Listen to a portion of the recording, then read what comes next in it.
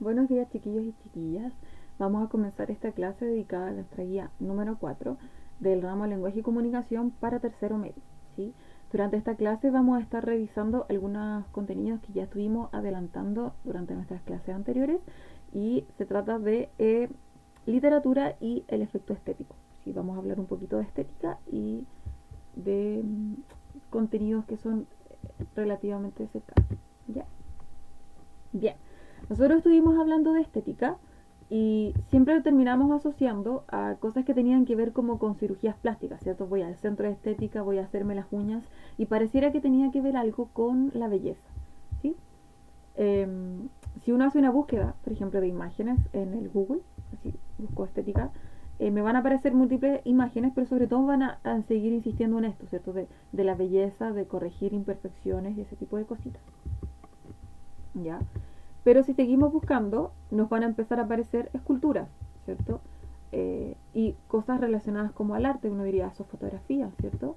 Y insisten en pintura, ¿cierto? Y vamos viendo que al parecer no solo se trata de la belleza, sino que pareciera que tiene que ver algo con algo que diríamos que está socialmente aceptado, que tenía que ver con el arte, ¿cierto? Con aquello que quizás merece ser pintado, ¿sí? Bien, sobre estética dijimos que es una rama de la filosofía que se encargaba de estudiar lo que una sociedad en un momento determinado y en un lugar consideraba que era aquello bello y aquello feo, ¿cierto? Entonces tenemos que comprender que son dos ideas que no se separan. La estética siempre va a hablar sobre belleza y fealdad, ¿cierto? Porque son dos ideas que se oponen. Y eso nos permite, por una parte, poder identificar claramente qué cosa significa. Porque si yo solo tengo la belleza, ¿cómo sé hasta dónde llega? Si no existe la fealdad, ¿cómo puedo identificarla? Entonces, cuando tengo ambas, puedo empezar a distinguir un límite. Hasta acá llega la belleza, hasta aquí llega la fealdad y aquí se separan. Entonces, yo puedo empezar a distinguir claramente qué es lo bello y qué es lo feo, ¿sí? Bien, entonces, algo sucedió en el camino que al parecer la estética quedó vinculada a esas cosas o a esos procesos que nos permiten vernos más bellos, ¿cierto? Por lo menos como lo entendemos ahora. Bien. Es importante entender entonces de que si la estética se dedica a estudiar la belleza y la fealdad en un tiempo y en un lugar determinado, que las nociones de belleza son temporales, ¿cierto? Cuando nos dicen la belleza es temporal, ¿cierto? Esfuérzate, estudia porque la belleza algún día se va, ¿cierto? Eh, la belleza siempre responde a una época y una cultura, ¿sí? Es decir, el contexto, ¿sí? Siempre vamos a encontrar algo lindo en un momento determinado y probablemente 20 o 30 años después ya no lo consideremos de la misma manera, ¿sí? No es lo mismo pensar, por ejemplo, la belleza, como yo les decía, en el Renacimiento, que es un momento también súper importante para el arte, a pensarla hoy día, ¿sí?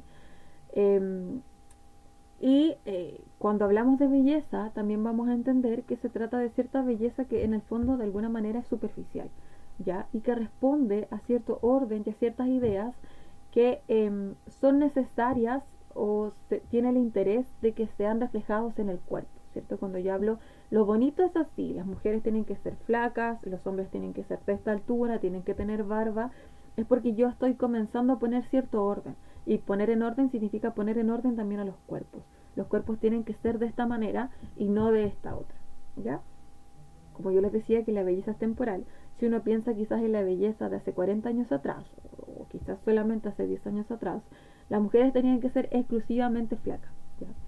Pero hace un par de añitos ha empezado a surgir un concepto que se llama el body positive, ¿cierto? O es que en el fondo es la apreciación del cuerpo de manera positiva.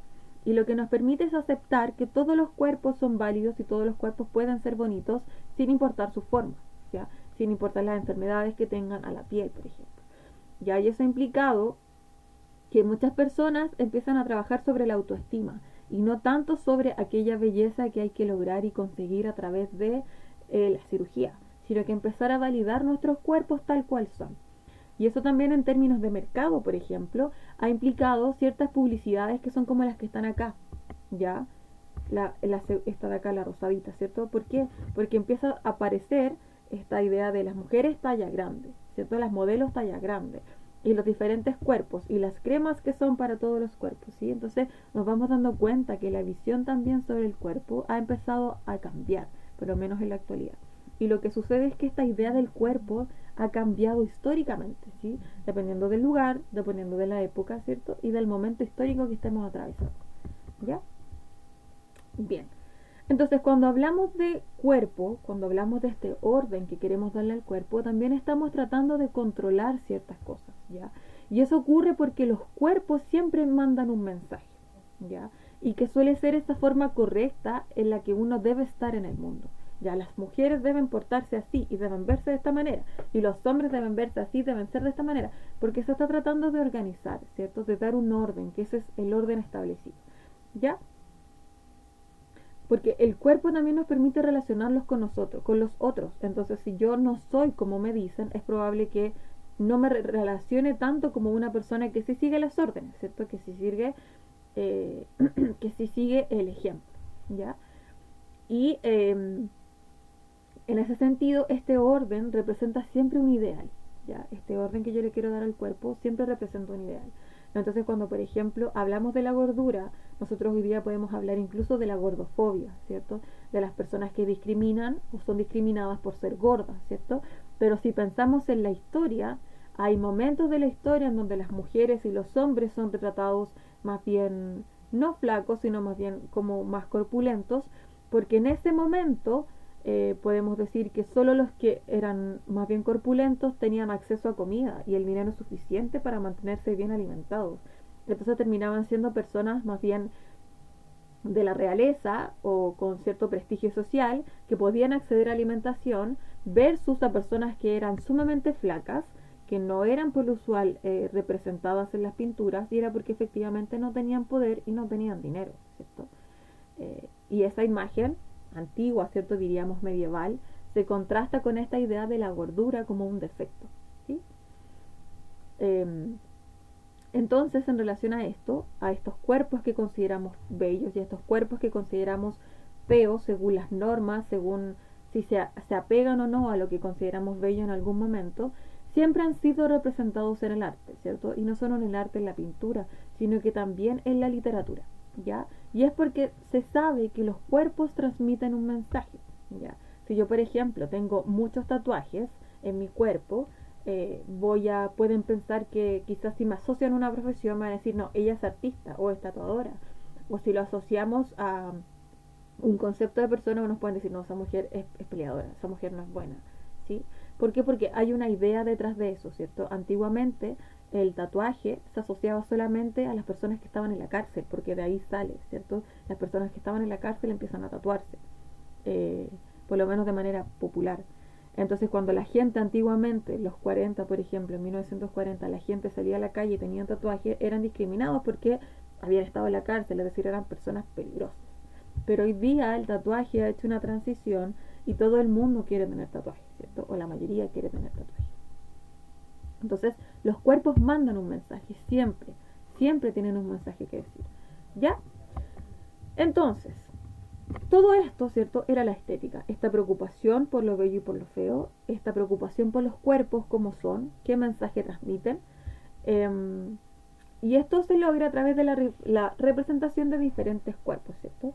Y vamos a llamar entonces efecto estético cuando el arte, sea literatura, sea pintura, sea lo que sea, trata de provocar algo, ¿sí? Algo en quien lo observa, en quien está leyendo. Me provoca una emoción, un algo me provoca, ¿cierto?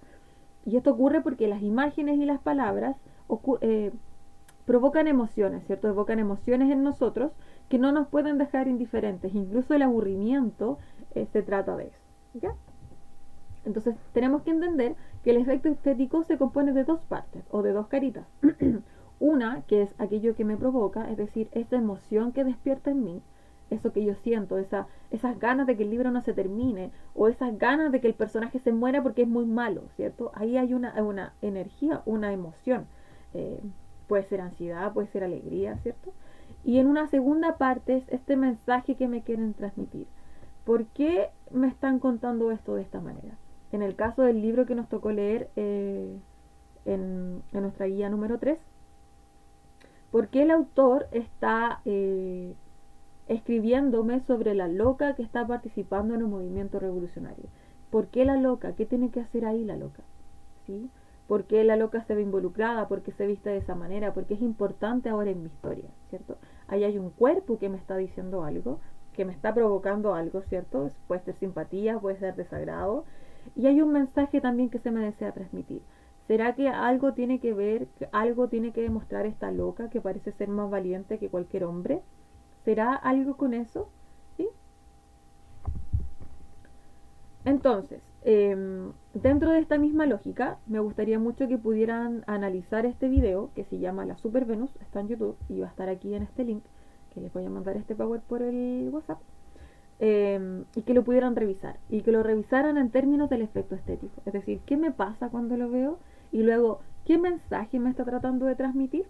Ya va a ser un ejercicio súper práctico. ¿Ya? Entonces, cuando nos preguntamos, en el fondo lo que a nosotros nos compete, con la literatura y el efecto estético, tenemos que empezar a pensar qué es lo que nos pasa, ¿cierto? Cuando leemos. ¿Qué pasa cuando leemos y como yo les decía, no queremos que un libro se acabe, ¿cierto?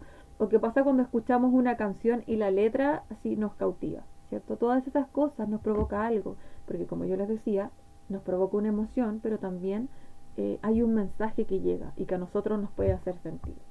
¿Sí? Bien.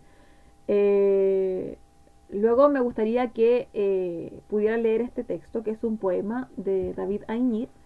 eh, y lo que él hace en este poema es que utiliza una forma de salmo, se llama Salmo 1997, y utiliza el Padre Nuestro, ¿cierto?, para poder hacer una serie de reclamos sociales, ¿ya? Por ejemplo, que dice, eh, hágase, Señor, tu unánime voluntad, así como lo hacen los fascistas en la tierra, en nuestra tierra, ¿cierto? Y los pacos en las comisarías. Entonces, él utiliza esta oración que es icónica, por ejemplo, para el mundo católico, que es el Padre Nuestro, para poder utilizar esta forma y poder hacer una denuncia social. Entonces, en términos de efecto estético, nos produce varias cosas, ¿cierto? Quizás a la gente que es muy creyente o de fe católica, este gesto de utilizar el salmo podría ser súper hereje y podría llegar a ser súper molesto.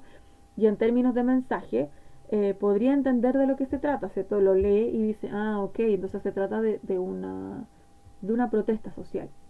Y habrá otros también que este gesto les causará burla, y también van a entender el mensaje, es decir, cuando nosotros leemos danos hoy el pan que nos quitan día a día, es porque es evidente que ahí hay una injusticia social operando, ¿sí? Eh, Así que de la misma manera el efecto estético cumple esta doble función, esto que me provoca y este mensaje que busca transmitir, ¿ya? Entonces, chiquillos y chiquillas, en términos súper prácticos, nuestra guía número 4 se trata de esto. Hay un ejercicio que tienen que realizar, eh, y que le pongan ojo por favor a la pauta de cotejo donde están las instrucciones de los indicadores de evaluación, y en general es un trabajo que en general todo el contenido está en la guía. Sí, hay varios ejemplos y insisto en que ojalá puedan ver el cortometraje Super Venus. Así que eso, chiquillos y chiquillas, espero que estén súper bien. Si tienen dudas, no olviden escribirme y nos estamos viendo muy pronto.